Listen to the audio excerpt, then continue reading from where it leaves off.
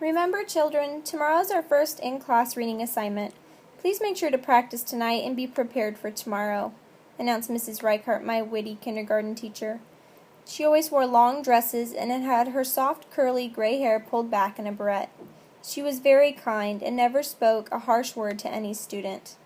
We had been in school at Emmaus Christian for approximately 4 months, which meant we had been learning to read for approximately that long. Each of us rambunctious 6-year-olds was excited to show off our literacy to our classmates. Lucky for us, we were able to choose what we wanted to share with the class. Mrs. Reichert had suggested the passage be something that was significantly special to us. I already knew that Alex was reading his favorite bedtime story, Elizabeth was reading a poem, and Jeremy was reading a comic. But for me, I chose to read from my little red book. It was all I could do to not burst out in song from the anticipation. Later that night, it was hard for me to fall asleep because I could not wait to get to class. I lay in my white princess bed with gold trim, my eyes piercing the ceiling. Again and again, the story played in my head as if I were listening to a broken record. I knew my story just as well as I knew the theme song to Looney Tunes. Waking up the next morning was similar to the feeling of waking up on Christmas morning. I quickly got dressed and raced to the kitchen for breakfast. I wanted to have enough time to practice once more before heading off to school. I begged my mother to let me read it over one more time, but she simply replied, "Everything will go perfectly fine. You've practiced plenty of times." "But, Mom, you don't understand. Mrs. Riker wants us to do a really good job. I want to show that I've been working really hard. I don't want to make a mistake."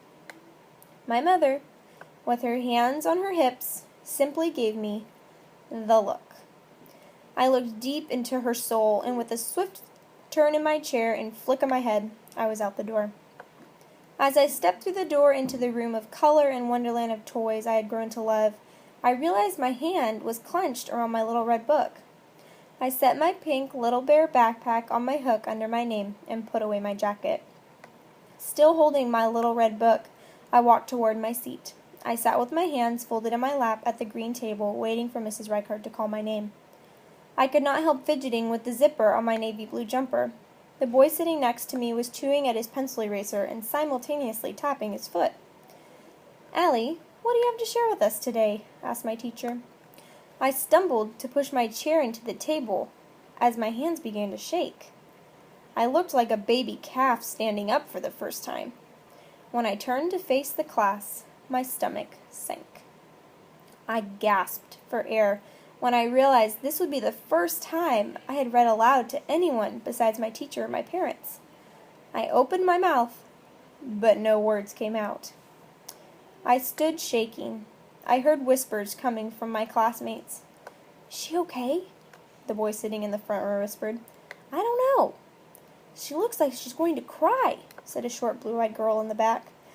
I was practically on the verge of tears when suddenly I loosened my grip on my little red book and flipped it over and mumbled the Holy Bible. The preceding 10 seconds or so are a blur. As I stood silent looking at my Bible, I suddenly felt a warm pressure on my shoulder. When I turned around, my teacher was looking down at me and asked if I would like to proceed and share my story. I breathed in and breathed out, and it was as though someone else was speaking for me. In the beginning, God created the heavens and the earth. As I read the story of God's creation, it slowly became easier and much more enjoyable.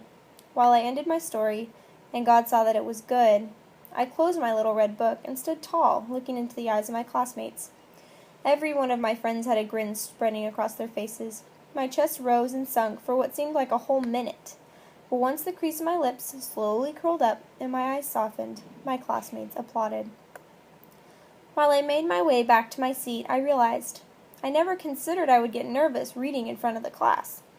I sat in my chair as I thought about why I got tense before I read. The boy that had been chewing on his pencil eraser had stopped, turned to me, and smiled. I realized that no matter how nervous or terrified you are about a situation, someone else has probably gone through the same sort of predicament. Nervousness is unfortunately not always a feeling that is predictable.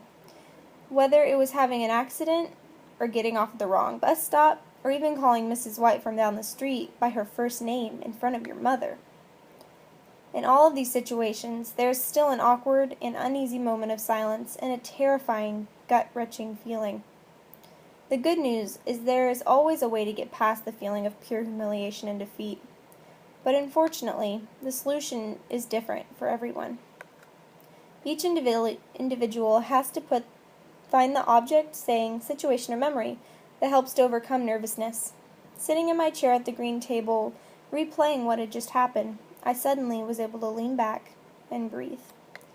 Through this heart attack of an experience, I find myself loving to read. I have a much greater appreciation of the written word and feel as though it is something to be shared.